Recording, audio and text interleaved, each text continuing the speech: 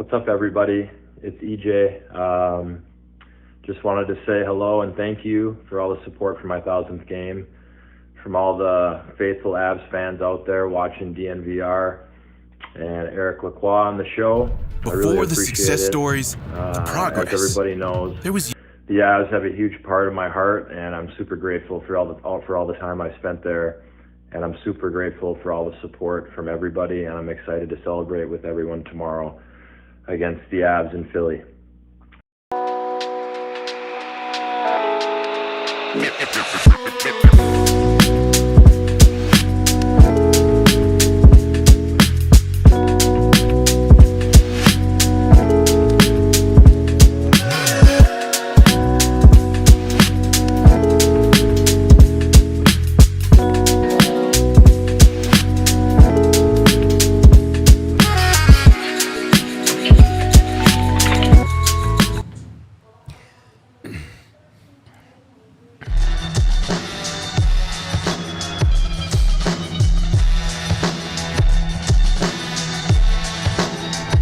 It is the Toyota Lounge, brought to you by your Front Range Toyota dealers and the DNVR pod show. We got to figure that out moving forward because we on TV now too, baby. Visiting friends, we're getting you all set as an old face, good old EJ, one of the most liked and renowned players, especially in recent history here for the Colorado Avalanche. Big ceremony for him tonight. Always very fun, emotional. He'll get the big silver stick on the ice following his 1,000th game that was played just the other night. Glad to have you guys along for the DNVR pregame show presented by Coors Light. Nick Gismondi, Nathan Rudolph-Rudo, and of course Big E Eric Lacroix, all on board for this one. 4 games, 9 days, all of it on the road. It starts in Philly, and of course, you know we broadcast from above the DNVR bar here on Colfax and York. Chef, happy to hook us up. A little Philly cheesesteak out front right there that I can't wait to dive in on. Certainly one of my favorite things about going to the city of brotherly love. Yeah, Drenith, I really don't know what to call it anymore. A pod or a show? I mean, it's on TV, so a po show? A posh? Showcast? A showcast? A showcast is good? Something like that. We'll figure out the official naming later on down the road, but glad to have you guys along for this one. Listen, this should be a good road trip for this team. It's a big test for them. There's a little bit of goaltending drama still with Gorgiev on the injured reserve.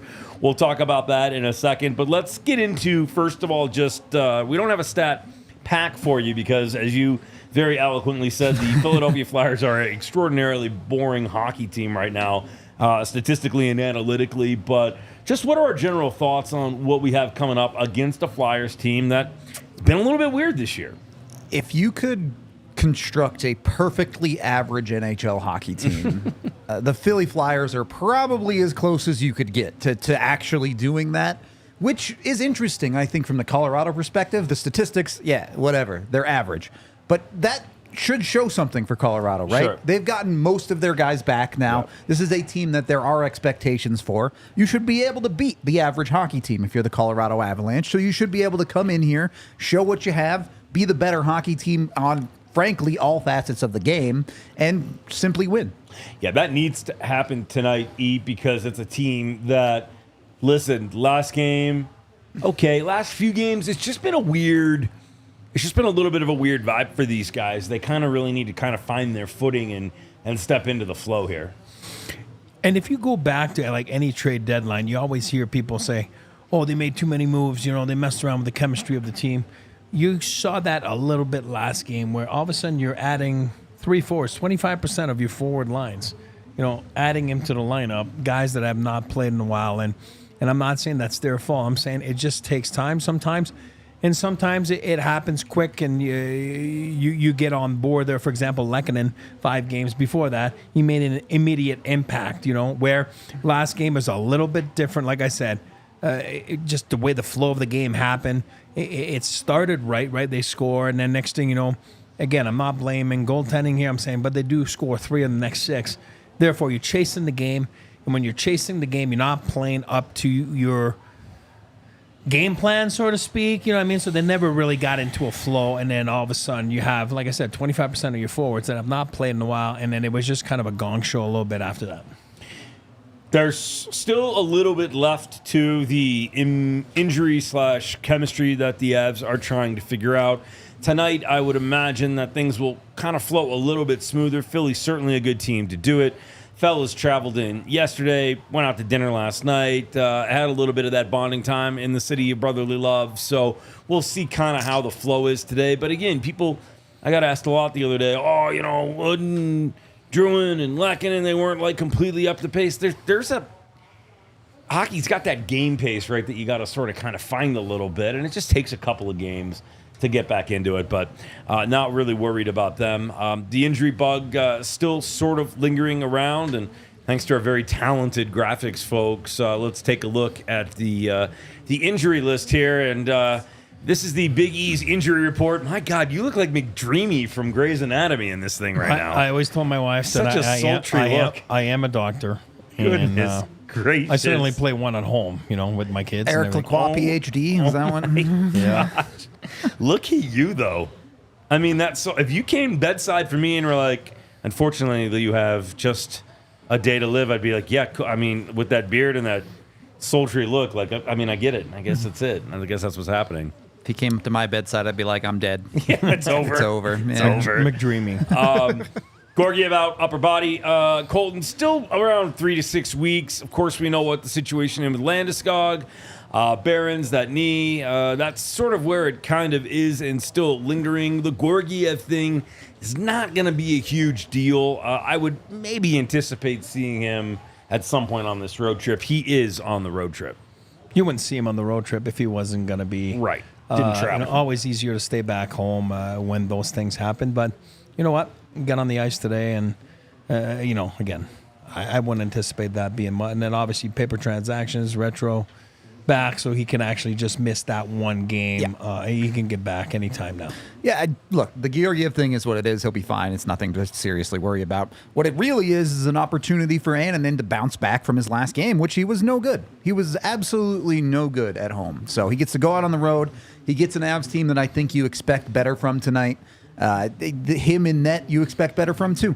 This is a guy who 3 weeks ago we were talking about maybe he's taken the starter job from Georgiev, and now we're sitting in a room where he needs to play well to hold down his backup job.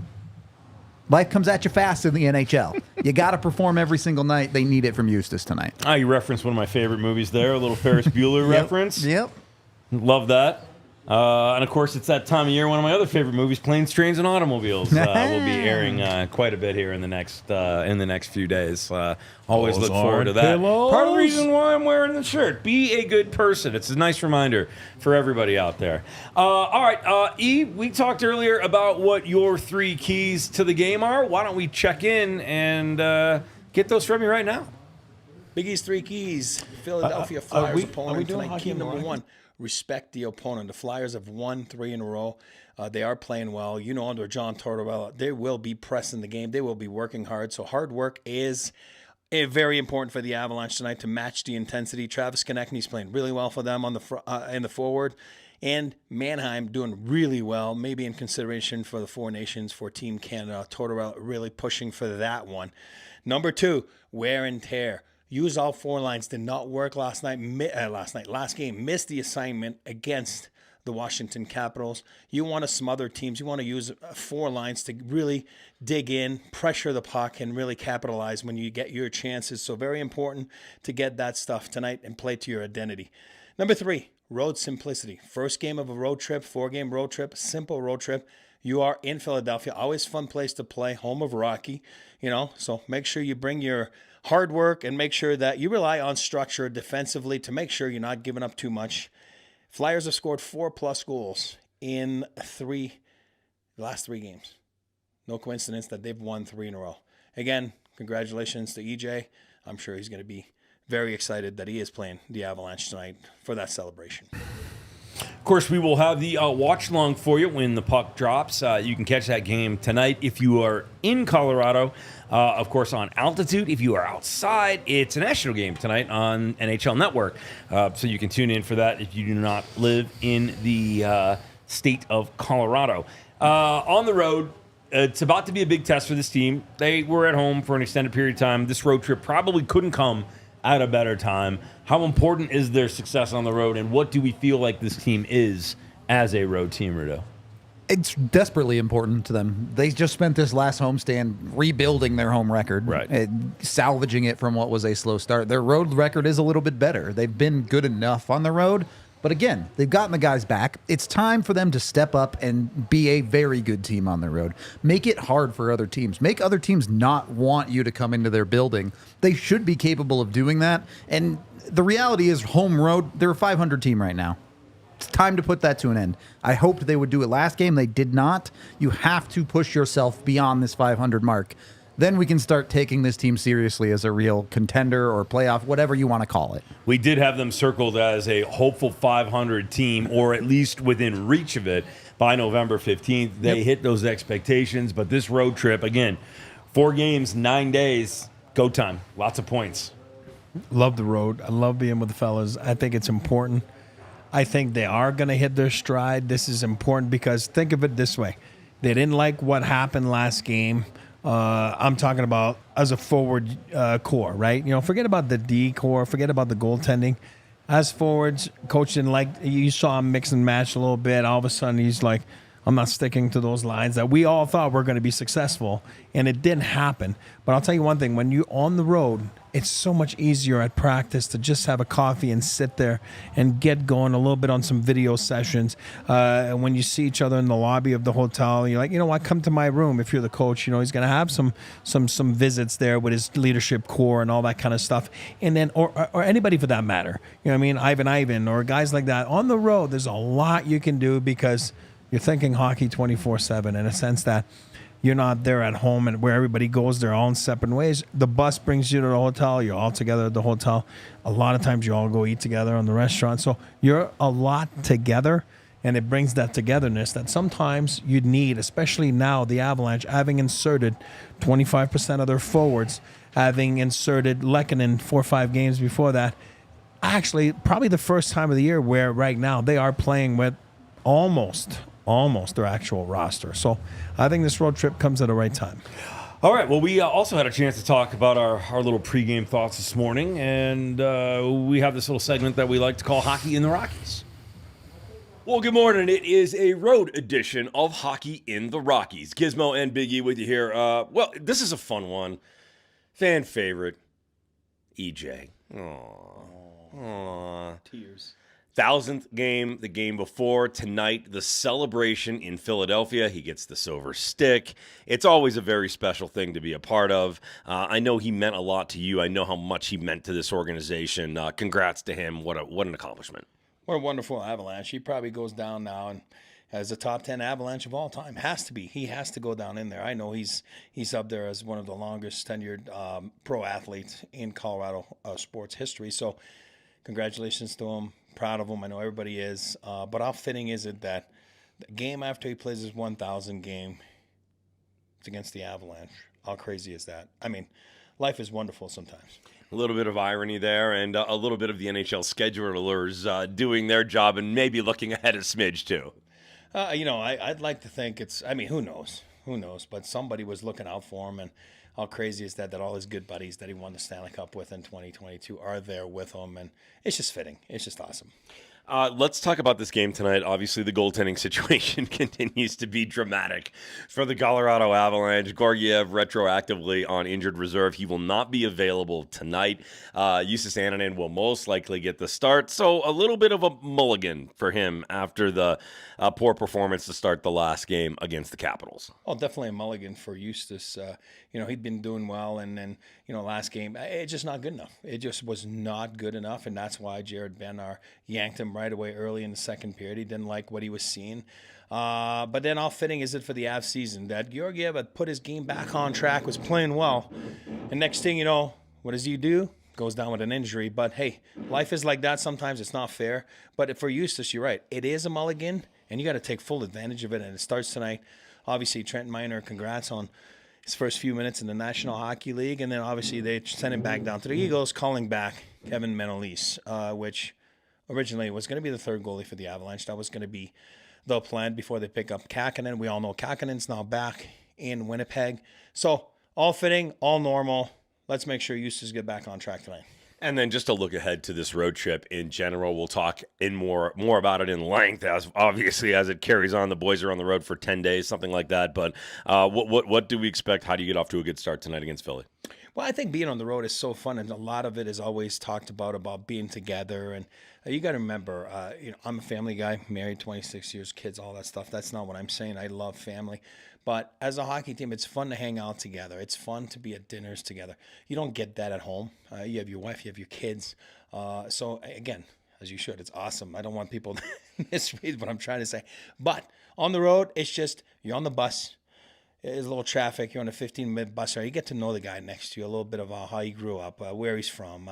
There's new guys there. Parker Kelly. It's been 20 games, but there are a few bodies. Kovalenko, Kelly, Kevin Menelise got called up. Hey, go. Guys don't know him.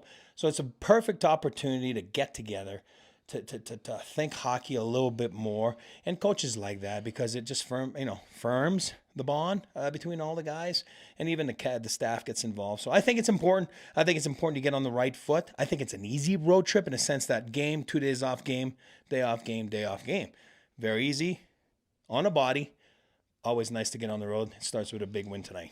All right, it's an early game. The boys are on the East Coast, so pregame is at 4:30. Make sure you catch the show, and of course, we're on Xfinity as well, so you can get it over the air. Also, we'll have the game. We'll have a little watch-along. We'll have post-game for you, and we might potentially have some special guests, so make sure you're tuning in today. Thanks for watching Hockey in the Rockies. Puck drop tonight as the road trip begins for the Colorado Avalanche. Tiff being the boss. Yeah, special guest. Keep teasing them. They will come eventually. I'm going to have a very cute dog and an incredibly surprisingly knowledgeable. He's going to be awesome. And you guys all get to meet you get to meet the nephew too. He's coming to hang too. Who picked up hockey ridiculously fast, by the way. I mean, he doesn't stop talking to E, so that's always a ton of fun. Xfinity is cable, yes. And if you do have Xfinity, you can catch the DNVR Avs, DNVR in general on channel 4072. 4072 is where you want to go for that. All right, this Philadelphia team is interesting.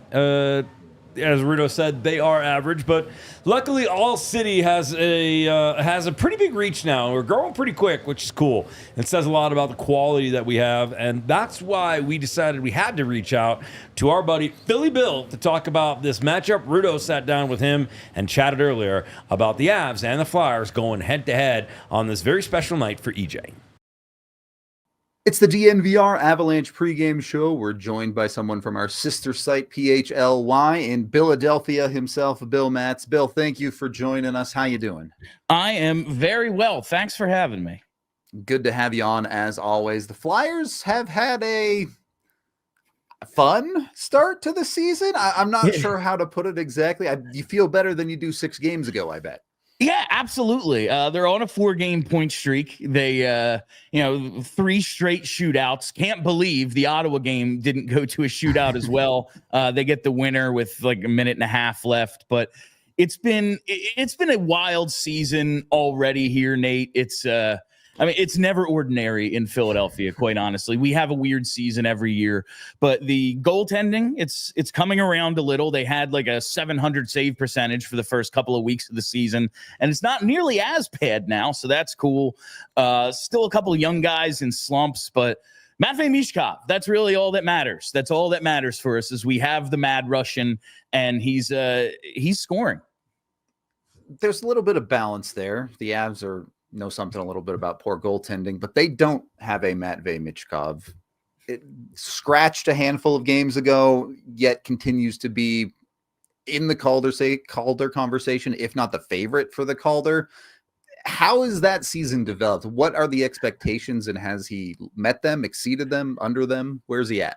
I think people had really, really high expectations, despite Danny Briere in the front office kind of trying to go, listen, he's a teenager. He doesn't speak the language. He's never lived here before. Like, just trying to temper our expectations every step along the way. He wasn't even supposed to be here for 2 more years. And then he gets on the ice and he makes an immediate impact. And even in the games where, like against Ottawa, he was invisible to bad for quite a bit of the game, but he knows how to put the puck in the net. He comes up with ways to do it. And in overtime, he gets the sharp angle goal, wins it for them. And we're all like, oh, yeah, he's great. It's tremendous. He had the couple of scratches. One, it was like, all right, it's John Tortorella. He's going to push buttons. He's going to do this stuff. We were all prepared for it. Then it's 2 in a row. You're just like, man, I got to watch these games. And you're kind of taking away the main character of the show. I don't want to watch a Sopranos episode that's about AJ. I just don't. You took away Matvey for a couple of games, but then he comes right back and he's got 3 points in 2 games since. So there was an issue on the bench, apparently an exchange with, I think, one of the coaches, and there'd been some things on tape where he's not covering the point man when they pinch down, just little stuff that they were like, listen, we've asked you to do it. You're not, so you're sitting, and all seems well. He's producing, so that's all you can ask for. Sounds like a young Russian player from the KHL to me. That's the thing, is they're going to have to break him of some habits, and it's what John Tortorella is here to do. What about the pieces around Michkov then? It seems like Owen Tippett's found his scoring touch a little bit again. How are you guys filling out that lineup? I know we've seen some players move a little bit all over the lineup at times this year for the Flyers. Yeah, the lineup is very much in flux right now. Sean Couturier, who really started to come on for them over the last couple of weeks, just getting back to play driving the way he has, scoring a little bit. He misses the Ottawa game with a lower body injury. He's day-to-day, and that throws the whole thing off because they have no centers. They were in the middle of another let's scratch Morgan Frost run, and then, you only have so many centers, so he has to come back into the lineup. Ryan Poehling is the 1C to start the game the other night. It's really been kind of a tale of the veterans in Travis Konechny and Travis Sanheim with Michkov, Owen Tippett coming around a little bit, but big disappointment from a lot of the younger players. Jamie Drysdale, who they got in the Cutter Gauthier trade, really wasn't doing much prior to being injured. Now he's on IR. Tyson Forster, who had 20 goals as a rookie, not really looking the way he did last season. It's been a little bit of a disappointment for some of the guys we were hoping were on an upward trajectory. But some of the veterans have kind of buoyed this thing. So give me a realistic outlook for the entire team then. You guys are nearly back to 500. You missed the playoffs last year by 2 minutes, 1 goal, essentially. Is playoffs the expectation this year, or is this still a building year? Coming into the season, I kind of thought they were a playoff team in the sense that of what they were last year. If they're going to be around, they're going to play competitive games, and then in the last week they get in or they don't. The East is just better this year. The Devils look like they were supposed to last year, and there's that playoff spot right there. Like, okay, that bumps out one of Washington or the Islanders, who were in that playoff spot instead of the Devils. That kind of messes things up for them, and Ottawa has improved. So I think the East is just kind of better than it was last year. So maybe they're a bit on the outskirts, but they're gonna have their runs where they play John Tortorella hockey. They block a ton of shots. They get some goaltending. They have the elite penalty kill, and that'll win them some games that they probably shouldn't. But they don't have that Colorado talent that, yeah, man, when we play bad, we can still win. That's not there, despite whatever the hell happened in Ottawa the other night. They somehow steal that game. But overall, a little above 500 is kind of just what they're going to be probably. How much of that weight falls on Ersson in net then, since it's objectively just his net at this point?